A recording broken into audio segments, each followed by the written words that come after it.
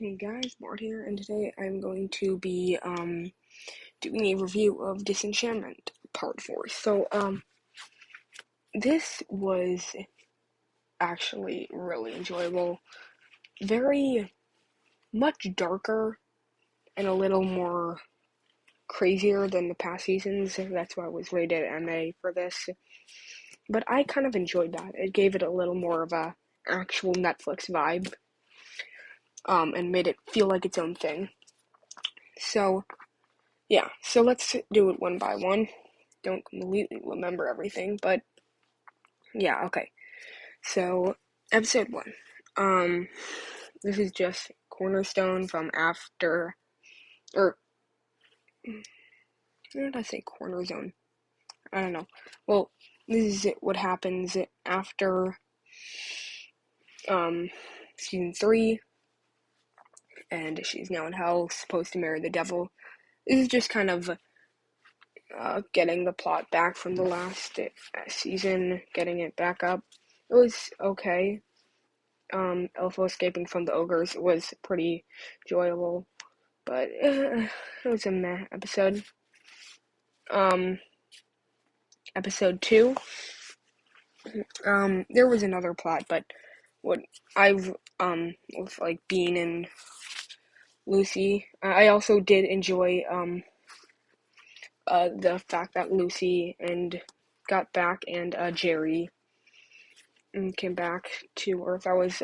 He's actually a great character. I thought he's hilarious, but, I really like, yeah, episode 1. So episode 2 is just them kind of getting back, to being Jerry and Alpha, or Lucy getting back. But what I really enjoyed about this was the, Elfo, reveal about his mom, which I actually thought was brilliant, the fact that she was an ogre. And what they did with that plot was really great, and how they, like, expanded on that in later episodes. I just loved that so much. Very creative. And I thought it was good to. I felt like a satisfying reveal. Episode 3. This was a completely one plot episode. With Zog in the mental institute. Nice getting back to him, like, being crazy, because I honestly thought he was gonna die in the season. Like, no joke. I'm glad he didn't, but there were like so many times, and I was like, oh god, they're really gonna do it. But that was good. Good. So I felt like in the mental institution, it kind of needed a B plot, but I felt like it was good focusing on that. Chaz was pretty funny, and it was nice seeing more of him crazy and, like, getting back.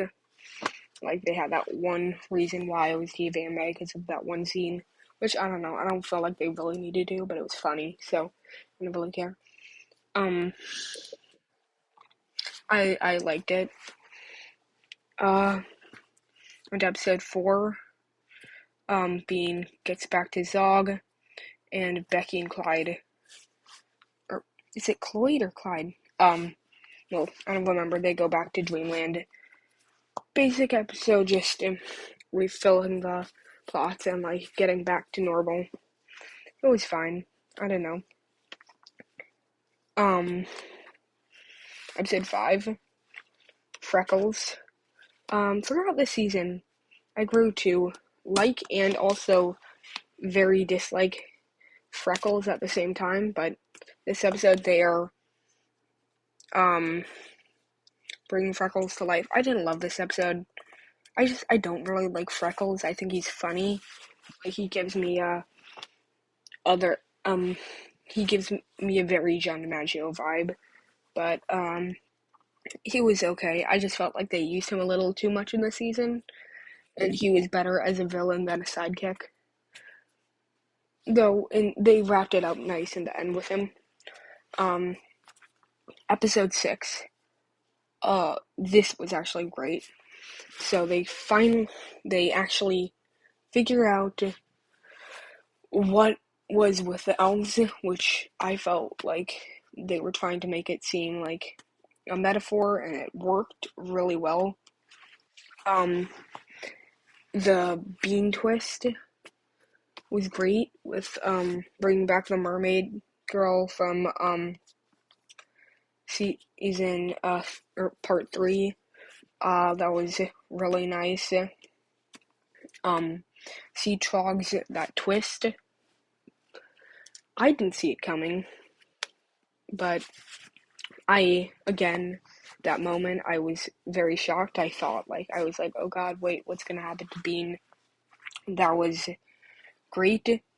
I really liked that part. Yeah, and bringing back the mermaid, I felt like that was great. Episode 7, I mean, wow, what can I say? Ursula, finally back. Ursula was like one of my favorite characters. I thought that was super nice and actually like a true love for Zog. It was kind of heartbreaking in the end, but it was good. The kid, I felt like was good, and his relationship with Derek in the end was good too. I kind of wish my one complaint about this episode for the Zog part was I kind of wish that that Bear Boy didn't end up talking. I felt like he was a better character when he like showed through his emotion, through his body movement, than like actually like him being a true bear. But like I feel like it makes sense him knowing English. That was okay. And then the B plot with the elf battle, that was good. I feel like they need to get more into that. I hope they get more into it in part 5. But yeah, good episode. Episode 8. This Elfo with the Trogs, I thought that was funny, but and the elves and Trogs are the same thing. Reveal was good.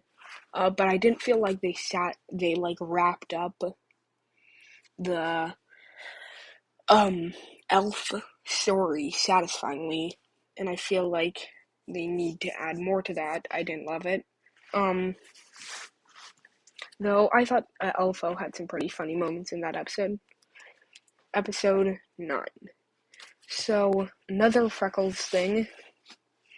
I didn't, that was, the Freckles or the Derek and Bear Boy relationship was, actually pretty nice. I enjoyed that. Freckles, I don't know, I felt like it was funny how, like, quickly Freckles manipulated them. I didn't get the goo thing, like, that much. I mean, I get that it, like, turns you into,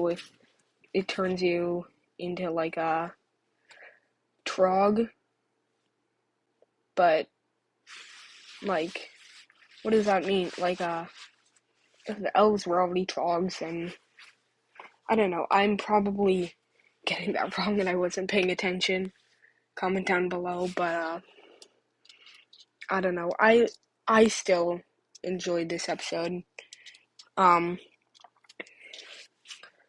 Episode 10, season finale. Wow, what can I say about this? I loved it. It was really creative, what they could do in the 30-minute episode. The Bean doppelganger thing, in her mind, I felt like, the one thing I feel like is I wanted them to hint at that more. I really felt like they should have been telling us that, because it kind of came out of nowhere. Like, we knew, but, like, I don't know, the bad bean thing. Other plot, Derek and Bear Boy and, everybody gets captured, by the circus in Steamland. I want to see more of Steamland, though. That was a great story in part 3. I want to hear or be a little more about it. But yeah, with that those final moments, let's talk about that. So, just telling you what happened before I want to give you any of my thoughts about it. Bean finally confronts Bad Bean, and Bean, after finally Elfo realizes that who the right person is, and Bean cuts or decapitates Bad Bean, but right as Dagmar is Dagmar is coming through the doorway to or the elevator shaft from hell, Bean has to get ready and hide the decapitated head. Bean she like puts on the stuff from that painting. Dagmar comes in and immediately notices. Dagmar also, by the way, comes in with the devil from episode 1. And Dagmar notices and knocks out. Did she knock out Bean? I don't remember. And it drops her off into the ocean. I think Bean dies, and then the mermaid saves her. I think it's Mara. I'm sorry, I'm forgetting the name. But yeah, Mara saves her. And I thought that was a great ending. I could tell Mara saves Bean again, and that was just a satisfying ending. I hope we get to see more of Mara and Bean's relationship in part 5. Dagmar, that twist with Dagmar. I mean, you knew Dagmar was going to notice, but the fact that she would just kill her own daughter. And also, I felt like the Bad Bean, actually, the fact that Dagmar knew, it makes sense, but it works really well. So maybe Dagmar was just trying to pull that out of Bean. But so far, great ending. Good. Like, I'm very interested to see part 5 when it comes out next year. If you haven't watched it, why are you watching this video? This is spoilers, but whatever. Please go watch it. This is so amazing.